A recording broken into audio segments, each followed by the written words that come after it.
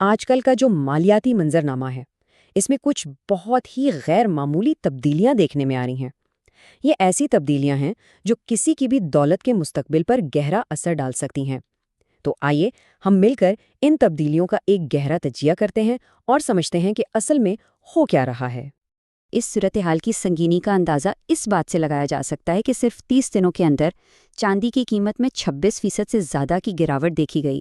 اور صرف یہی نہیں، دنیا کے سب سے بڑے اثاثہ جات مینیجر کے ایک اہم پرائیویٹ کریڈٹ فنڈ کو صرف ایک سہ ماہی میں 19% کا نقصان اٹھانا پڑا۔ تو یہاں ایک بہت اہم سوال پیدا ہوتا ہے، کیا یہ چند الگ تھلگ واقعات ہیں جن کا آپس میں کوئی تعلق نہیں، یا پھر یہ کسی بڑے مالیاتی زلزلے کے ابتدائی جھٹکے ہیں جو ایک گہرے عدم استحکام کی طرف اشارہ کر رہے ہیں؟ جب بھی مالیاتی بحران کی بات ہوتی ہے تو بہت سے سرمایہ کاروں کے ذہن میں تاریخ کا ایک خاص واقعہ گھومنے لگتا ہے، یعنی 1933 میں امریکی حکومت کی طرف سے سونے کی ضبطی۔ لیکن یہ سمجھنا بہت ضروری ہے کہ آج کی دنیا اور آج کا مالیاتی نظام اس دور سے بالکل مختلف اصولوں پر کام کرتا ہے۔ اچھا، یہاں ایک بہت ہی اہم فرق سمجھنے کی ضرورت ہے۔ دیکھیں، 1933 کا زمانہ بالکل مختلف تھا۔ تب امریکہ گولڈ سٹینڈرڈ پر چلتا تھا، مطلب یہ کہ ہر ڈالر کے پیچھے سونا موجود تھا۔ اگر حکومت کو مزید کرنسی چھاپنی ہوتی تو اسے مزید سونا چاہیے ہوتا تھا، اسی لیے انہوں نے لوگوں سے سونا ضبط کیا۔ لیکن آج صورتحال بالکل الگ ہے۔ اب ہم ایک فیاٹ سسٹم میں جی رہے ہیں، یعنی مرکزی بینک جب چاہے بغیر کسی سونے کی ضمانت کے خربوں ڈالر ڈیجیٹلی بنا سکتا ہے۔ تو سوچنے کی بات یہ ہے کہ وہ بنیادی وجہ، یعنی کرنسی چھاپنے کے لیے سونا چھیننے کی ضرورت، اب تو موجود ہی نہیں ہے۔ تو اگر حکومت براہ راست سونا ضبط نہیں کرے گی تو پھر اصل خطرہ کس شکل میں موجود ہے؟ آج کا خطرہ زیادہ ہوشیار، زیادہ پیچیدہ اور شاید زیادہ خطرناک ہے۔ یہ ایک ایسی ضبطی ہے جو ایک جھٹکے میں نہیں ہوتی، بلکہ ہزاروں چھوٹی چھوٹی کٹوتیوں کے ذریعے کی جاتی ہے، اور یہ زیادہ تر ٹیکسوں کی شکل میں ہوتی ہے۔ اس حکمت عملی کی ایک مثال ونڈ فال پروفٹ ٹیکس ہے، یعنی حکومت براہ راست اثاثہ چھیننے کے بجائے اس پر ہونے والے غیر معمولی منافع کا ایک بہت بڑا حصہ ٹیکس کے طور پر وصول کر لیتی ہے۔ فرض کریں کہ سونے کی قیمت بہت زیادہ بڑھ جاتی ہے تو حکومت ایک ہنگامی قانون کے تحت کہہ سکتی ہے کہ اس اضافی منافع پر 70% ٹیکس لاگو ہوگا۔ اور یہ حملہ صرف ایک سمت سے نہیں ہوتا۔ وفاقی سطح پر ونڈ فال ٹیکس، پھر ریاستی سطح پر دولت پر ٹیکس، یہاں تک کہ اگر کوئی اپنی دولت لے کر ایک ریاست سے دوسری ریاست منتقل ہونا چاہے تو اس پر بھی ایگزٹ ٹیکس لگایا جا سکتا ہے۔ یہ تمام اقدامات مل کر وہی مقصد حاصل کرتے ہیں جو براہ راست ضبطی کا ہوتا ہے، لیکن اس میں کوئی سیاسی شور شرابہ نہیں ہوتا۔ لیکن حکومتی ٹیکسوں کا یہ بڑھتا ہوا دباؤ کہانی کا صرف ایک رخ ہے۔ اسی دوران مالیاتی نظام کے اندر نظروں سے اوجھل ایک اور بہت بڑا طوفان پنپ رہا ہے، ایک ایسا بحران جس پر شاید کسی کی نظر ہی نہیں ہے۔ یہاں بات ہو رہی ہے پرائیویٹ کریڈٹ مارکیٹ کی۔ یہ ایک غیر شفاف اور غیر منظم مالیاتی نظام ہے جس کا حجم اب $1 ٹریلین سے بھی تجاوز کر چکا ہے۔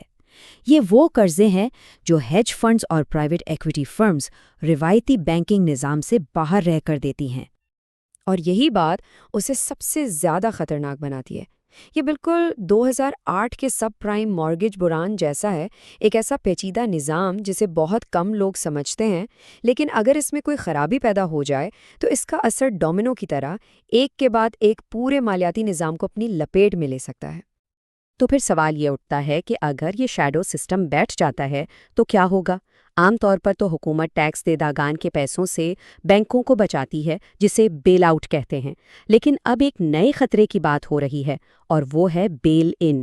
یہ ایک ایسی صورتحال ہے جس میں بینک کو بچانے کے لیے باہر سے پیسہ نہیں لایا جاتا، بلکہ بینک میں موجود کھاتہ داروں کے اپنے پیسے ہی استعمال کر لیے جاتے ہیں، یعنی لوگوں کی جمع پونجی کو اسی ڈوبتے ہوئے بینک کے بیکار شیئرز میں بدل دیا جاتا ہے۔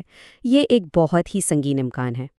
یہ ساری صورتحال ہمیں مالیاتی کنٹرول کے ایک حتمی مرحلے کی طرف لے جاتی ہے، ایک ایسا اینڈ گیم جو پیسے کے تصور اور اس کی نوعیت کو ہی ہمیشہ کے لیے بدل کر رکھ دے گا۔ سینٹرل بینک ڈیجیٹل کرنسیز یعنی CBDCs، بظاہر انہیں ایک جدید اور آسان ٹیکنالوجی کے طور پر پیش کیا جاتا ہے، لیکن حقیقت میں یہ مالیاتی طاقت کی مرکزی بینکوں کی طرف ایک بہت بڑی منتقلی ہے۔ یہ پیسہ صرف ڈیجیٹل نہیں بلکہ پروگرامیبل ہوگا۔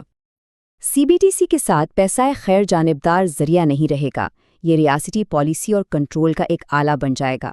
مرکزی بینک ہر ایک لین دین کی نگرانی کر سکے گا۔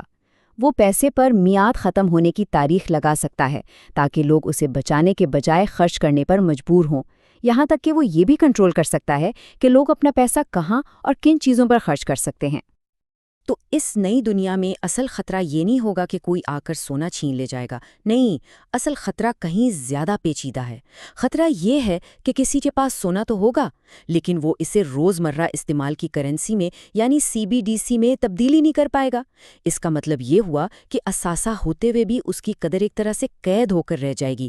آپ اس کے مالک تو ہوں گے لیکن اسے استعمال نہیں کر سکیں گے۔ تو اس نئے اور پیچیدہ مالیاتی منظرنامے میں جہاں روایتی بچت اور اثاثے بھی محفوظ نہیں، سرمایہ کار اپنی دولت کی حفاظت کیسے کریں؟ اس کا ایک ممکنہ جواب لیوریج کے اصول کو سمجھنے میں ہے۔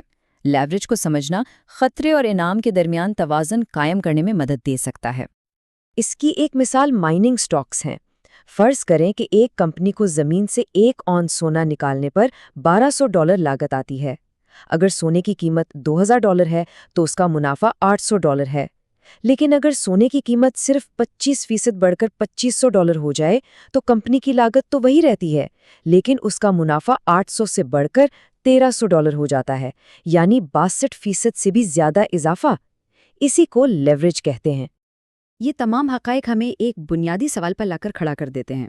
جب پیسے کی تعریف ہی بدلی جا رہی ہو، جب دولت رکھنے کے طریقے خطرے میں ہوں، تو پھر حقیقی مالی آزادی کا مطلب کیا ہوگا؟